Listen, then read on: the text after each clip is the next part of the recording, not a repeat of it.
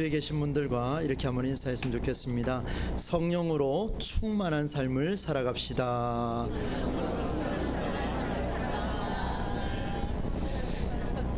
비준비하시는 이 찬양을 들을 때마다 늘 그런 생각을 합니다. 성령께서 이 가슴을 진동을 하시고 또 성령의 담비로 흠뻑 젖게 하셔서 날마다 충만한 삶을 살아가게 해주십시오. 이런 기도가 늘 찬양 가운데 있는 것 같습니다. 오늘도 귀한 말씀을 통해서 은혜 나누기를 바랍니다. 여러분, 오늘 본문의 말씀은 믿음의 조상 아브라함의 이야기입니다. 제가 몇 차례 이야기도 했습니다마는 제가 굳이 막 설명하지 않아도 아브라함 이야기 정도 되면 아마 지금 앉아 계신 분들은 다 어느 정도는 다 계산을 할 수 있을 정도일 것 같습니다. 그런데 오늘 본문의 내용을 보시게 되면 믿음의 조상 아브라함의 이야기가 아직 이름이 바뀌기 전인 아브람이라는 사람의 이야기로 등장을 하고 있습니다. 아브라함으로 이름이 바뀐 것은 17장에 가서 하나님과 단독으로 언약을 맺고 난 이후에 바뀌게 되고, 또 22장에 가서야 드디어 믿음의 그 사건이 발생을 합니다. 아들 이삭을 바치라 했을 때 아브라함이, 그때는 아브라함이죠, 아브라함이 이삭을 데리고 가서 모리아산에서 하나님께 제물로 바치는 그런 장면이 등장합니다. 이런 것으로 봤을 때 이 지금 12장의 본문의 내용은 믿음의 사람이라고 평가하기도 애매하고, 또 아브라함으로 이름이 바뀌기 전입니다. 사실은 전이기 때문에 아브라함으로서 우리가 어떤 이야기를 좀 나눌 수 있을까, 이런 고민이 오늘 본문에 등장하고 있습니다. 여러분, 이 내용에 그가 아직 믿음의 사람인지 검증하기 어려운 상황 속에 있는 게 오늘 본문의 메시지죠. 이 말을 잘 기억해 두십시오. 왜냐하면 본문 10절로 20절까지 말씀을 함께 읽었습니다마는 한 아내의 남편으로서 또 가정이 무엇인지 정말 상식적으로 아는 사람이라면 이런 일을 할 수 있을까? 라는 이 강한 질문이 생기는 본문이 오늘 본문의 내용입니다. 정말 믿음의 사람이라고 하기도 애매하고, 애매한 게 아니죠. 믿음의 사람이라고 볼 장이 없죠. 그리고 남편으로서, 상식적인 사람으로서 도저히 해서는 안 되는 일을 오늘 본문은 다루고 있습니다. 자칫 잘못하면 아내를 잃을 수 있는 상황인데, 자기 목숨 하나 부지하려고, 아브라함이요, 내 목숨 하나 부지하려고 한 가정의 남편의 어리석은 대처가 눈길을 끌고 있습니다. 이방 땅에 도착했습니다. 아브라함이 도착했습니다. 생명의 위협을 느꼈어요. 그랬더니만 아브라함이 자기 아내에게 이렇게 이야기합니다. 불렀겠죠? 아내를 부르면서 이렇게 말을 하죠. 내가 당신을 내 여동생이라고 말하겠다, 이렇게 표현합니다. 이 문구만 들어도 참 마음이 힘들지 않습니까? 그로 인해 이집트의 바로에게 많은 재산을 또 얻게 되는데, 어떻든 자기의 아내를 여동생이라고 속이게 되는 이 장면은 우리에게는 실로 충격적입니다. 결론적으로 자기 아내를 여동생이라고 속이고 났더니만 어떤 결과가 오냐면 아내의 목숨도 지키고 내 목숨도 지키고 재산도 모두 지킵니다. 그리고 이집트에 오기 전보다 훨씬 많은 소유를 가지고 다시 그 땅에서 출발하게 되는 놀라운 일이 벌어졌습니다. 이 내용을 문자 그대로만 한다면은 오늘의 남편들이여, 이제 아내를 여동생이라고 속이십시오. 그러면 이런 복이 우리에게 다 주어질 겁니다. 제가 웃어서 죄송합니다만은 읽으면서도 너무 황당한 거예요. 매번 읽을 때마다 너무 당황스러운 겁니다. 그런데 여러분, 이렇게 행한 아브라함이 행한 그 과정, 도무지 이해할 수 없는 이기적인 행위고 믿음과는 전혀 무관한 그런 행위가 아닐 수 없는데, 이렇게 비상식적인 아브라함의 행위가 오늘 성경에 기록되어 있다면 분명히 하나님께서 아브라함을 통해 우리에게 주시고자 하는 그 메시지가 있다는 겁니다. 결과가 다 좋다고 해서 받아들일 수 없는데 그 과정을 무시하면 안 된다라는 것을 보여주는데, 이 과정 분명히 잘못됐어요. 그런데 이 과정이 오늘 어떻게 재해석되어서 살아나는지를 한번 보겠습니다. 먼저 여러분, 아브라함을 향한 평가가 여러 학자들의 견해를 한번 봤습니다. 많은 목사님들의 설교를 들었습니다. 어릴 적부터 지금까지 이 내용은 너무나 많이 들었기 때문에 그 학자들의 내용을 평가한 것을 제가 4가지로 한번 정리하겠습니다. 한번 들어보십시오. 첫 번째는요, 아내를 여동생이라고 속인 아브라함의 태도는 엄청난 실수를 저질렀다라고 많은 학자들이, 목사님들이 평가를 하고 있습니다. 맞습니다. 부부의 도를 지키지 않았습니다. 두 번째, 아내의 생명을 유지하려고 이방 땅의 왕비가 되는 길을 열어주었다. 요거는 살짝 조금 더 이제 넓은 생각으로 좀 봐준 것 같아요. 아내를 동생으로 속임으로 인해서 이방 땅의 왕비로 보내주는, 이건 좀 괜찮은 것 같아요.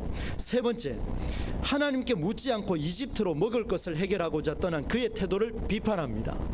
왜 가나안 땅에 도착했는데 다시 이집트로 내려갔느냐, 내려간 네가 잘못이다, 이렇게 이제 지적을 하는 거죠. 마지막 네 번째, 인간의 실수를 할지라도 하나님은 신실하게 이 언약을 이루어 간다라고 신적인 우위, 하나님은 위대하시고 아브라함은 하등하다, 이렇게 표현한 거죠. 아브라함은 실수한 잘못한 사람이며 하나님 그 실수에도 불구하고 하나님께서는 그 아브라함을 지켜주셨다, 이런 내용으로 오늘 본문을 평가합니다. 많은 설교 내용이 그렇게 이루어져 있습니다. 사랑하는 여러분, 이 네 번째를 잘 기억하시기를 바랍니다. 인간의 실수라도 하나님은 신실하게 언약을 이루어 간다라고 신적 우위를 선언한다. 아브라함의 행위는 자기 맘대로 결정한 일이며 신실한 언약과 무관하다라는 평가, 이것이 과연 오늘 우리에게 어떻게 재해석되는지를 찾아보려고 합니다. 약속을 받은 아브라함이요, 아브라함으로 삶이 바뀔 때까지, 그가 100세에 낳은 아들을 이삭을 바칠 때까지 어떤 삶의 여정이 있었는지를 좀 보려고 합니다.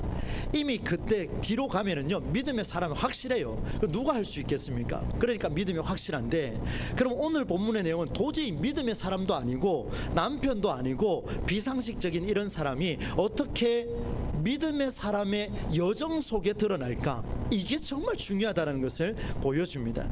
이것을 오늘 우리가 깨닫는다면 오늘 우리 그리스도인의 삶의 역동성을 불러일으켜 주리라 생각합니다. 하나님께서 아브라함을 불렀습니다. 그리고 그의 아버지 데라가 205세를 살고 고향 땅에서 죽은 이후에 하나님이 아브라함에 나타나셨어요. 그리고 그에게 대단히 충격적인 말씀을 선포하셨습니다.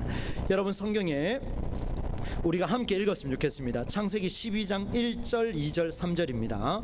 여러분, 성경을 보시면서 함께 한번 읽어보겠습니다. 시작. 여호와께서 아브라함에게 이르시되 너는 너의 고향과 친척과 아버지의 집을 떠나 내가 네게 보여줄 땅으로 가라. 내가 너로 큰 민족을 이루고 내게 복을 주어 내 이름을 창대하게 하리니 너는 복이 될지라. 너를 축복하는 자에게는 내가 복을 내리고 너를 저주하는 자에게는 내가 저주하리니 땅의 모든 족속이 너로 말미암아 복을 얻을 것이라 하신지라. 아멘. 엄청난 메시지죠. 하나님께서 아버지가 죽은 그 아브라함을 부르셔가지고 이제 내가 너에게 보여줄 땅으로 너는 가야 될 텐데 어디로 가야 되는지는 모르지만 떠나라. 내가 너로 큰 민족을 이루고 복을 주어 이름을 창대하게 하고 너를 복의 근원으로 삼겠다. 찬송가 28장 복의 근원 강림하사, 그 찬송 아시죠? 그죠? 그 찬송 가사대로 아브라함을 그렇게 하신대요. 근데 더 큰 복은 뭐냐면요, 너를 축복하는 자에게는 하나님이 대신 축복해 주시고 너를 저주하는 자에게는 하나님이 대신 저주해 주겠다. 이 메시지가요, 우리 교인들한테 아마 확 와닿을 것 같아요. 한번 보십시오. 정말 축복하는 자에게 복을 주시고 저주하는 게 저주하는 땅의 모든 족속이 너로 말미암아 복을 얻을 것이라. 정말 최고의 복을 받았습니다. 아브라함이 주님으로부터 받은 이 말씀, 그런데 자세히 보니까 어디로 가야 하는지를 가르쳐 주지 않습니다. 어디로 가야 하는지를 가르쳐 주지 않아요.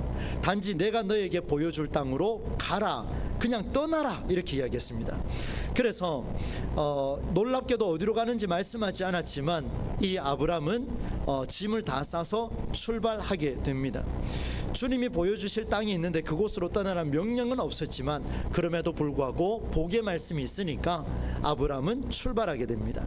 사랑하는 여러분, 이제 집중을 하셔야 돼요. 땅에서 숨을 쉬는 동안 모든 생명이 아브람 너로 말미암아 복을 받을 것이다. 엄청나게 놀라운 축복의 말씀을 받았습니다. 여러분, 축복의 말씀을 받았습니다. 하나님이 오늘 주일날 통하여서 수요일, 금요일, 주일 새벽 모든 시간을 통하여 내게 복의 말씀을 주셨습니다. 그런데 여러분, 이 아브라함을 잘 보셔야 돼요. 아브라함은 창세기 12장 1절로 3절로 나오는 이 엄청난 복의 약속을 딱 받는 순간 이 약속의 말씀은 그의 가슴을 진동합니다. 그가 걸어가야 할 걸음의 방향을 정해줍니다. 어디로 떠날지는 모르지만 떠나버립니다. 이것은 아브라함의 생명이 끝나는 25장까지 계속되며 이삭과 야곱과 요셉에게 이르는 그의 가문이 걸어가야 할 방향이 무엇인지를 이 축복의 말씀 3절을 통해서 아브라함의 삶이 달라지는 것을 볼 수 있습니다. 이것이 오늘 본문을 해석하는 중요한 열쇠가 되는데요, 잘 한번 기억해 두시고 따라오시기를 바랍니다. 75세, 아브라함이 75세예요. 가족과 재산 모두를 이끌고 고향 땅 하란을 떠났습니다. 조금 전에 말씀을 드렸지만 어디로 가야 될지를 모르는 거예요. 나침반이 있어서 뭐 북쪽으로 가라 남쪽으로 가라 이런 것도 아니에요. 전혀 모릅니다. 명확한 목적지가 없었습니다. 지금 사업을 해야 되는데 하나님 무작정 시작하래요. 어디로 가야 될지 몰라요. 지금 가정을 이끌어야 되는데 무작정 시작하래요. 어디로 갈지 몰라요. 어디로 가서 어떻게 망할지 누가 알겠습니까? 모르는 상황이에요. 그런데 하나님 목적지, 명확한 목적지가 없음에도 불구하고 가라 그랬습니다. 주께서 아브라함에게 보여준 그 땅, 어딘지는 몰라도 혹여나 하나님은 남쪽으로 가라 하셨는데 아브라함이 북쪽으로 가보면 어떻게 되겠습니까? 완전히 180도로 달라진 거죠. 전혀 엉뚱한 곳에 가는 거 아니겠습니까? 전혀 모르고 있는 상황에서 그렇게 떠났는데 첫 번째 도착한 땅의 종착지가 뭐냐면 목적지가 어디냐면 가나안 땅입니다. 우리가 잘 알고 있는 가나안 땅이에요. 12장 5절 말씀입니다. 성경을 한번 보십시오.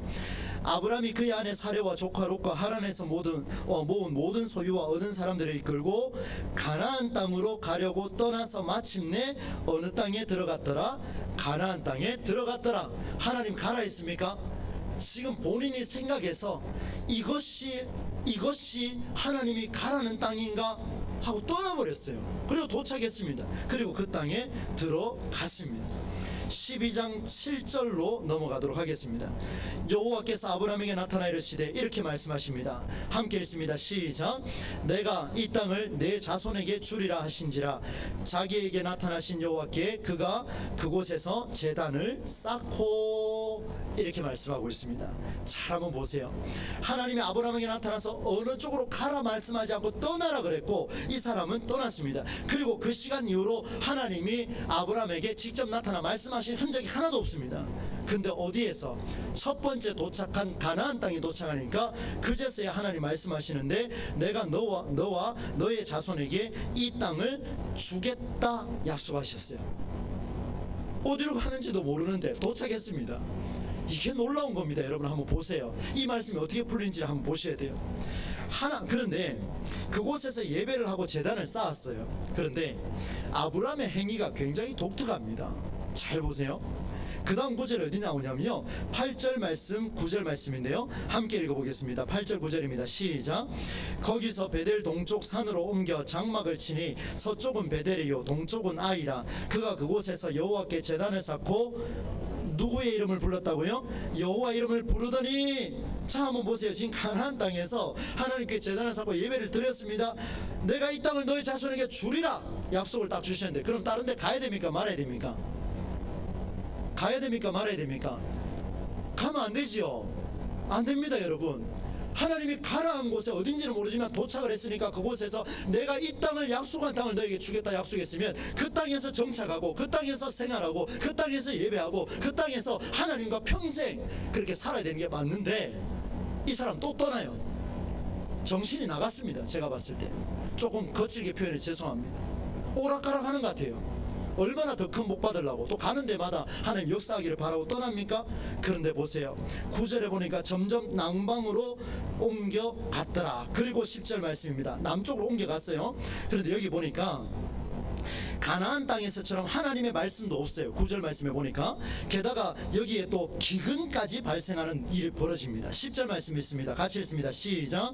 그 땅에 기근이 들었으므로 아브라함이 애굽에 거류하려고 그리로 내려갔으니 이는 그 땅에 기근이 심하였음이라. 기근이 심해졌는데 어느 쪽이에요? 가나안 땅이 아니라 남방에 있는 네겝 땅에 지금 굶어 죽게 생겼는 거예요. 그러면 상식적으로 생각했을 때 믿음의 사람이라면 어디로 올라가야 됩니까? 가나안으로 가야죠. 그런데 왜 애굽으로 갑니까? 이상하지요. 이 아브라함의 행동을 한번 보세요. 너무 이상합니다. 여러분, 그곳에 도착하니까 이집트 사람, 애굽 사람이 있는데 급기야 아브라함은 아내를 여동생으로까지 속이기까지 합니다. 목숨을 부지하려고요. 이렇게까지 이동해야 했던 아브라함의 마음, 무슨 생각이 들어있었을까요? 황당한 그의 행동에는 어떤 생각이 지배하고 있었을까요? 이제 여러분 절정에 들어가는데요. 아브라함이 그렇게 이동할 수밖에 없었던 명확한 근거가 있고 어떤 힘이 작용을 했기 때문에 그가 그렇게 움직였을까? 여러분, 우리 신앙생활을 감당하면서 또 사회에서 생활하고 가정을 운영하며 여러 가지 생각을 많이 할 겁니다. 그때마다요 우리 여러 가지 생각을 많이 하게 되죠. 그런데 오늘 아브라함을 잘 보시기를 바랍니다. 아브라함은 가나안 땅을 벗어나 다른 땅을 찾았고 그곳에 도착하여 기근이 발생하니 또다시 다른 땅을 찾았고 게다가 이번에 도착한 이집트는 강한 도시였기 때문에 무슨 일이 생길지 모르니 아내를 여동생이라고 속이는 일까지 서슴지 않고 행해버립니다. 이게 무슨 그 믿음의 사람이라고 볼 수가 있겠습니까? 그런데 일반적이지가 않습니다. 상식적이지가 않아요. 이제 그 이유를 밝히며 성경의 놀라운 재해석을 여러분과 함께 만나고자 합니다. 저는 앞서서 4가지의 아브라함을 향한 여러 학자들의 목사님들의 평가를 봤습니다. 그 이야기를 언제 섞어서 이제 어떻게 재해석돼야 되는지를 한번 보겠습니다. 잘 들어보세요. 첫 번째 해석은 이런 거였죠. 아내를 여동생이라고 속인 그의 태도, 아브라함의 태도는 엄청나게 실수를 했다, 부부의 도를 지키지 않았다 라고 많은 사람들이 평가를 했습니다. 그러나 부부의 도를 지키지 않은 게 아니라 아내의 생명을 살리기 위한 시도였다라는 사실을 아셔야 돼요. 아내의 생명은 하나님이 아브라함에게 주신 약속을 이루는 중요한 통로였기 때문에 이 아내는 반드시 살아야 한다. 내가 죽는 날이 있더라도 이 아내는 반드시 살아야 한다. 어떻게 해야 아내가 되면 안 되기 때문에 여동생이라도 만들어서 바로 왕 앞에 갖다 주어야 하기 때문에 그래야 이 가문이 살고, 그 다음에 무엇이 사냐면 오늘 말씀을 보세요. 하나님의 약속의 말씀이 끊어지지 않는다라는 놀라운 약속의 말씀을 이루는 과정이 지금 부부의 도리를 지킨 게 안 지킨 게 아니라 하나님의 약속이 그 안에 심하게 작용했기 때문에 아내를 동생이라고 속이게 된 배경이 있다는 것을 보여줍니다. 여러분, 이 말씀이 어렵지만 잘 한번 가슴에 새겨보십시오. 아내의 생명은 하나님이 아브라함에게 주신 약속을 이루는 생명의 통로입니다. 아내가 없는데 어떻게 자식을 낳을 수 있습니까? 아내가 없는데 어떻게 큰 민족을 이룰 수가 있습니까? 다른 아내 주신다고요? 아니요. 하나님 분명히 이 사람을 통해서 자손을 낳게 하겠다고 약속하셨기 때문에 아브라함은 그것을 믿었습니다. 그리고 아내를 살리기 위해서 가장 최적의 선택을 하게 되는데 내 아내를 내 여동생이라고 말하는 그 아브라함의 심정을 한번 느껴보십시오. 두 번째입니다. 하나님께 묻지 않고 이집트를 향해 갔다, 그 교만하다 이런 평가를 하시오. 믿음이 없다라고 평가하죠. 그런데 잘 들어보십시오. 하란을 떠났습니다. 하란을 떠나라, 고향을 떠나라는 명령에 따라 즉시 움직였습니다. 그리고 가나안 땅에 갔습니다. 남쪽 지방에 갔습니다. 내가 이 땅을 내 자손에게 주리라 라고 약속한 말씀을 이루기 위해서 그 땅을 갔습니다. 이곳이 내가 너에게 말한 이 땅의 전부라는 이야기를 들은 게 아니라 내가 너에게 이 땅을 주겠노라 약속한 그 땅에 갔습니다. 그리고 남쪽에 갔습니다. 그리고 이집트로 향했습니다. 사랑하는 여러분, 잘 보셔야 돼요. 1절 말씀에 보면 이렇게 기록하고 있습니다. 여호와께서 아브라함에게 이르시되 너는 너의 고향과 친척과 아버지의 집을 떠나, 그 다음에 같이 읽습니다. 시작. 내가 내게 보여줄 땅으로 가라. 이 땅으로 가라 라고 말씀하신 게 아니고 네가 움직여가는 모든 곳곳마다 그곳에서 내가 너에게 보여주는 땅이면은 너는 그 땅에서 복을 누릴 것이다, 이 말씀을 주신 거예요. 엄청난 메시지입니다. 여러분, 믿음의 차원입니다. 이건 비상식적이라고 할 수 없는 게 아니라 전적으로 믿음의 차원입니다. 비상식적인 것 같죠? 아니요, 가장 성경적입니다. 여러분, 세 번째 말씀을 드립니다. 제가 유의 깊게 생각하았던 말씀입니다. 인간의 실수, 아브라함은 자기 마음대로 결정했다. 인간은 실수했지만 하나님은 신실하기 때문에 언제나 약속을 지킨다. 여러분, 그런 해석은 성서에 나오지 않습니다. 이제 잘 들어보십시오. 인간은 실수했습니다. 그런데 하나님은 약속을 성취하신다, 그게 아니에요. 하나님은 인간이 지 마음대로 선택하고 결정했는데 하나님 약속을 이루어준다고요? 그런 경우 없습니다. 여러분, 성경이에요. 저도 목회하면서 많이 느끼지만 제 임의대로 제 마음대로 선택해서 결정된 것에 대해서 저는 하나님 앞에서 늘 그런 기도를 하고 있습니다. 하나님 부족하지만 오늘 아브라함을 봅니다. 잘 보세요, 여러분. 아브라함은요, 자기가 겉으로 봤을 땐 실수였습니다. 누가 봐도 잘못한 거예요. 부부의 도를 지키지 않았습니다. 누가 봐도 정죄받기에 합당합니다. 그런데 아브라함의 마음속에는 뭐가 있었냐면 하나님의 약속이 있었습니다.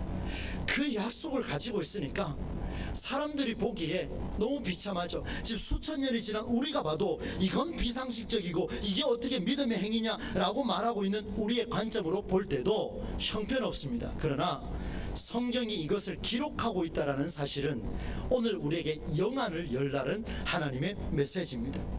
인간의 실수가 아니라 하나님의 약속의 말씀을 가슴에 품고 그 약속을 이루고자 얼마나 간절하게 그 약속을 이루고자 그 약속만 붙들고 지금 움직여 나가고 판단하고 그 땅을 계속해서 개척해 나가는 아브라함의 심정이 오늘 본문에 들어 있습니다. 여러분, 이 메시지가 오늘 우리 교회의 메시지가 되기를 소망합니다. 우리 교회의 메시지가 되어야 돼요. 누가 봐도 그건 아니다 라고 이야기를 하지만, 한국교회가 다 우리 교회를 보며 그건 아니다 라고 말하지만, 우리는 오로지 주의 약속을 붙들고 성경을 붙들고 성경이 이렇게 말씀하셨으니 한번 해보겠습니다, 도전해 보겠습니다, 이렇게 갈 수 있는 게 우리에게 주시는 하나님의 재해석 작업입니다. 사랑하는 여러분, 아브라함이 이렇게까지 한 것은 단 한 가지 이유밖에 없습니다. 그것은 1, 2, 3절을 이루고 싶은 그 열정, 1, 2, 3절 말씀은 내게 주신 열정, 1, 2, 3절은 우리 교회에 주신 열정, 1, 2, 3절은 아브라함 가문에게 주신 그 열정, 그것을 이루기 위해서는 그 뜻을 위해서라도 어떻게든 해보겠다라고 했던 아브라함의 심정이 들어있습니다. 고향과 친척과 아버지를 집을 떠났습니다. 큰 민족을 이루고 이름을 떨치며 복의 근원이 되고 모든 민족의 복을 얻는 통로가 되는 일, 이것이 바로 이 아브라함이 고민한 이야기입니다. 사랑하는 여러분, 저는 여러분에게 기도 제목을 또 한 가지 부탁을 드리려고 합니다. 저는 목회를 하면서 참 많은 생각이 듭니다. 저희 사역자들을 위해서 기도해 주십시오. 이 아브라함과 같은 주의 약속을 붙들고 기도하는 사역자가 되게 해달라고 기도하십시오. 여러분이 보실 때에 부족하다 할지라도 여러분, 말씀을 선포하는 자는 끝까지 주의 말씀을 붙잡아야 됩니다. 그래야 흔들리지 않습니다. 여러분 꼭 기억하셔서 기도를 부탁을 드립니다. 제가 있는 그대로 말씀을 드렸어요. 75세 하란을 떠나고 가나안 땅에 들어가고 남방으로 옮기고 이집트로 내려간 아내를 누이로 속인 일까지 모두가 약속의 말씀이 성취되는 길이 무엇인지를 고민했고, 이것이 하나님의 뜻입니까? 라고 고민했던 아브라함의 결정적인 결단의 고백이었습니다. 아브라함의 행위, 자기 마음대로 한 결정이고 실수라 하지만, 그러나 아브라함의 삶에서 어떤 고민으로 살아왔는지를 우리에게 보여주는 놀라운 하나님의 말씀입니다. 사랑하는 여러분, 자녀를 양육하다 보면 큰 실수를 할 때가 있습니다. 저도 제 딸과 제 아들을 양육을 하면서 참 실수를 참 많이 합니다. 제 자녀들도 저에게 실수하고 저도 실수를 하는데, 그런데 여러분, 자녀들이 부모에게 실수했을 때 시키는 거 하지 않고 이제 말을 듣지 않을 때 여러분 어떻게 판단하십니까? 결과만 보고 모든 실수를 꾸짖는 부모가 있다면 여러분, 부모로서 자격이 조금 미흡하다고 생각하셔야 됩니다. 왜냐하면 이 아이가, 저는 실제로 경험했습니다. 지난번 예를 한번 들었는데, 신암교에 있을 때 제 큰아이가 아빠를 찾고 싶어서 마당에 나왔는데 길을 잃어서 파티마 병원 앞에 한 바퀴 돌았던 이야기 제가 해드렸습니다. 그때 제가 막 뭐라 했지 않습니까? 왜 아빠 말 듣지 않느냐? 그때 그 아이가 이렇게 이야기했죠. 아빠, 은우가 엄청나게 울고 있어. 아빠를 찾아야 은우가 안 울 것 같아. 그 말 한마디 듣는데요, 지금까지 잘못한 게 다 용서가 되더라고요. 무슨 말입니까? 이 동생을 살리기 위해, 그리고 아빠를 살려야 됩니다. 왜요? 동생이 우는 모습을 보면 안 되기 때문에. 이 두 가지를 살리고자 했던 그 아이의 그 마음을 보는 순간 이제는 제가 생각이 달라졌습니다. 아이가 잘못했을 때 저는 항상 생각합니다. 이 아이가 무슨 마음으로 이 실수를 했을까? 이 아이가 무슨 마음으로 이렇게 실패했을까? 혹여나 그것이 아빠의 마음을 이해해 주려고, 엄마의 마음을 이해해 주려고 했을까? 아니, 그것보다 훨씬 더 엄마 아빠는 눈치 못 채지만 하나님의 마음을 알고 싶어서 그 일을 했을까? 이게 저의 고민입니다. 그래서 쉽게 뭐라 하지 않습니다. 꾸중할 일도 돌아서서 한참 기다렸다가 며칠을 고심하며 기도하는 가운데 그제서야 찾아가서 이야기합니다. 이런 일이 있었지 않느냐. 맞다 그러면 그대로 다 수용합니다. 얼마나 멋집니까 여러분. 오늘 우리 교회 공동체가 이런 공동체가 되기를 간절히 소망합니다. 말씀을 맺겠습니다. 결과만 보면요, 실수 또는 잘못일 수 있어요. 그러나 그 실수나 잘못이 어떤 과정을 거쳐서 나왔는지가 굉장히 중요합니다. 만일 이것을 찾아내지 못한다면 정작 중요한 순간에 하나님이 선별하신 사람을 놓칠 수도 있다라는 사실을 여러분 꼭 기억하셔야 합니다. 기다려 주어라. 제가 원고 있는 그대로 읽습니다. 지금. 그리고 기회를 주어라. 기다려 주어라. 그리고 기회를 주어라. 하나님은 이런 아브라함을 그냥 두지 않았습니다. 여러분, 아브라함에게요, 지금 내용을 보시면은요, 실수하고 막 멍청한 짓을 했는데 하나님 복을 주셨다고요? 저는 그런 해석을 용납할 수가 없습니다. 성경 그렇게 말한 적이 없거든요. 그런데 오늘 잘 보세요. 하나님의 약속 1, 2, 3절을 이루고자 몸부림쳤던 그 아브라함에게 어떤 복을 주셨는지를 여러분에게 증명해 드리겠습니다. 18절, 19절, 20절 한 목소리로 한번 읽어보도록 하겠습니다. 함께 읽습니다. 시작. 바로가 아브라함을 불러서 이르되 네가 어찌하여 나에게 이렇게 행하였느냐? 네가 어찌하여 그를 내 아내라고 내게 말하지 아니하였느냐? 네가 어찌 그를 누이라 하여 내가 그를 데려다가 아내를 삼게 하였느냐? 여러분, 여기까지만 딱 보시면 지금 아브라함은 이제 바로한테 어떻게 됩니까? 죽어야죠. 지금 처형당해야 됩니다. 그런데 그 뒷말씀이 놀랍습니다. 내 아내가 붙어 있습니다. 시작. 내 아내가 여기 있으니 이제 할렐루야. 감동이 안 옵니까 여러분? 이제 데려가라. 하나님의 약속이 이루어지는 순간입니다. 20절입니다. 같이 읽습니다. 시작. 바로가 사람들에게 그의 일을 명하며 그들이 그와 함께 그의 아내와 그의 모든 소유를 어떻게 했다고요? 다 빼앗겨도 모자랄 판에 돌려주는 역사가 일어났습니다. 아내를 속인 일이 누가 봐도 잘못한 일인데, 그러나 아브라함 혼자는 알았습니다. 이것이 하나님의 약속을 이루는 과정임을 아브라함은 결단했고, 그 결단 속에 아브라함은 그 길을 걸어갔습니다.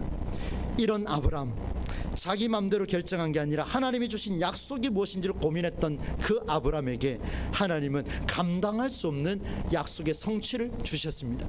창세기 12장 1, 2, 3절까지 이루어지기 위해 이제 네 아내를 데려가라. 그리고 내가 너를 처형하는 것이 아니라 네가 가져온 모든 소유를 돌려 보내주겠다. 이렇게 약속해 주셨습니다. 사랑하는 우리 동부제일교회 성도 여러분, 말씀을 이렇게 맺겠습니다.